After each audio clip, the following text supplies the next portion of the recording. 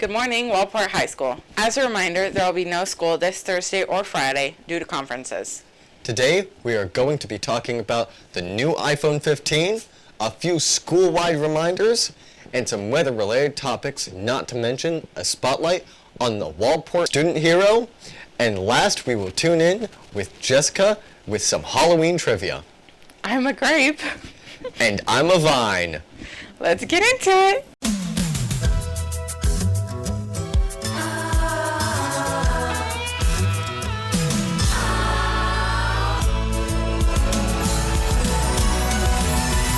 Whatever happened to predictability? The milkman, the paperboy, evening TV.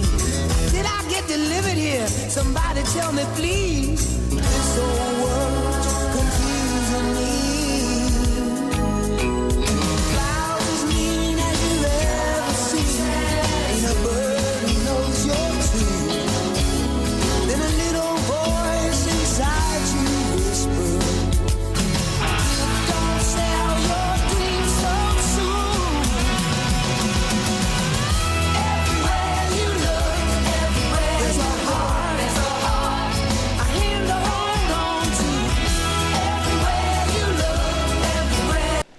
Did you hear the new iPhone 15 came out?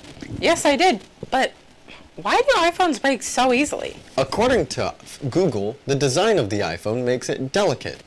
Apple aims to create thin, sleek-looking electronics, but makes them more susceptible to breaking if you drop them or hit them on something accidentally or carelessly. But what even is the difference between the iPhone 14 and 15? Apple upgraded its main lens to a new 48 megapixel sensor, 4 times the megapixels of the iPhone 14's primary lens. This allows for more accurate colors, improved performance at night, and sharper images since you can shoot a full-blown 48 megapixel photo. Attention all soon-to-be and current iPhone users. The newest iPhone 15 has had multiple reports of issues including overheating, freezing, intense lag, fingerprint issues due to the titanium case, and a major problem is how the NFC chip can burn out if you charge it with a BMW car. Joaquin, did you hear about the emergency last week that happened on one of our buses? Here with more on the story is our very own Jessica Scalise. This is Jess, and I'm here with Tabs. Tabs, do you want to tell us a brief description of what happened on the bus? Of course. So, I was on the bus. It was a normal day, and we were at a kid's stop, and she lets the kid off the bus, and she just sits there for a minute, kind of, and we're like, why aren't we going, and stuff. But I'm just sitting there, kind of, just minding my own business. And suddenly, the bus driver, she asked a question. She's like, I know this is a weird question, but does any of you have any, like, candy? Because she's diabetic, and her blood sugar was really low at the time. And I didn't have any candy, because no eating on the bus. So I just stayed quiet. And a kid ends up having a Capri Sun and gives it to her. And we wait a few seconds to kind of just, like, let things, play out. And a few seconds later, I hear just a giant thud. Just a giant thud. And the kids are just whispering amongst themselves. I'm the oldest one on the bus, so just the little kids were just talking amongst themselves. I pop my head out, and I'm like, yo, guys, what's going on? And they look at me. They're terrified. They're like, she fainted. I'm like, oh. So basically, our bus driver fainted, and yeah. Okay. Cool story. So what indicators did you notice that there might have been a medical emergency? Well, for starters, as I said, the bus driver, she said her blood sugar was getting really low. Mm-hmm. So obviously that was an indicator that, something bad might have happened. And actually, I didn't expect I did. But I was mentally preparing myself because I felt that something not right was going to happen. I knew something probably was going to happen. I was hoping it wouldn't, but it ended up happening. So I had to, mentally prepare a scenario in my head for what would have happened. Mm-hmm. And so basically, we knew that she was diabetic and her blood sugar was low, and that was the indicator. When did you know that you needed to insert yourself? Oh, instantly when she collapsed. The kids, I heard the thud, I instantly popped out of my seat, told the kids to sit down, and I was like, all right, everybody sit down, I'm in charge now, you need to listen to me. And I go up, and she was like, the stairs to the bus. She was halfway down those stairs. And so I go up, and I scoop her up, and I try and put her back in her seat as best as I could. She kind of regained consciousness halfway and kind of lift herself back up. And that's, she was just sitting there, just leaning over and stuff, and I put her back in her seat. And then I told the kids, I was like, all right, I want all of you kids to go to the back, migrate to the back, and to a seat. I want you to fill up the back row. And from there, that's when I started kind of doing what I did. Okay. What do you think you learned the most from this experience? What I learned most from this experience is if something bad happens, you need to be the one to take action.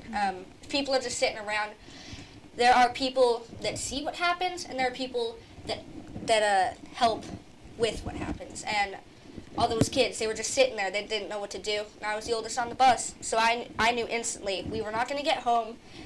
The bus driver was not going to get help. I need to be the one to act out and help everybody on the bus. So that's what I learned. Yeah. So I hear that you were in CERT class. I was, yes. Do you think that your CERT class helped you react in the way that you did?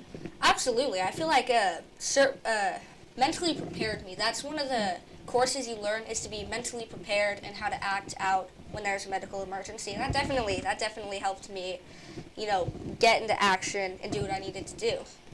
Awesome. Yeah. What advice would you give to someone if they were ever to experience this in the future? I feel that if somebody were to experience this, hopefully they don't, but if they were, you definitely need to clear the scene. So if it were on the bus, you need to tell everybody to stay back, sit in their seat, and then you would go up and help the person that needs the help. And it's all basically about acting fast and quickly. You need to be fast, and you need to be careful and stuff. And that's definitely just precision and quick acting. And you definitely need, with the kids, you need to be responsible. The reason I kept 12 little kids under control is because I was firm and I was reassuring. I let the kids know in a firm voice. I was like, you're listening to me. I'm the leader. Nothing bad will happen to you while you're under my control. And we were fine.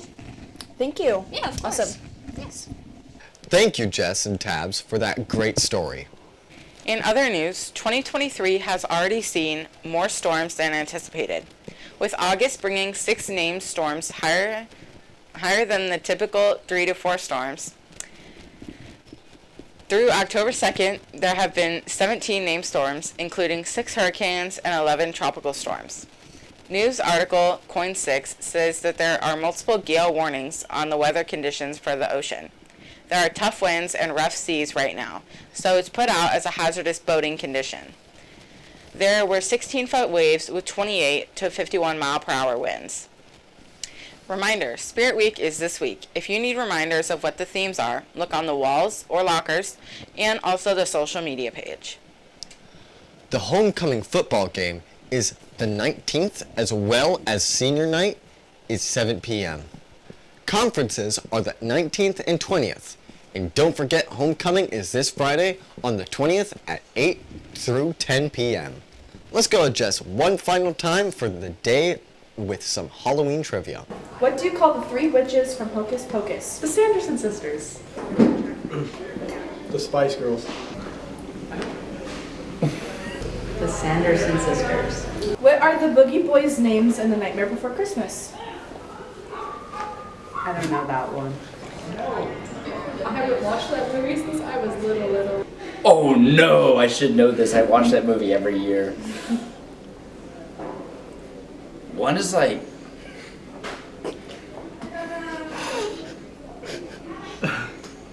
Jasper, I want to say?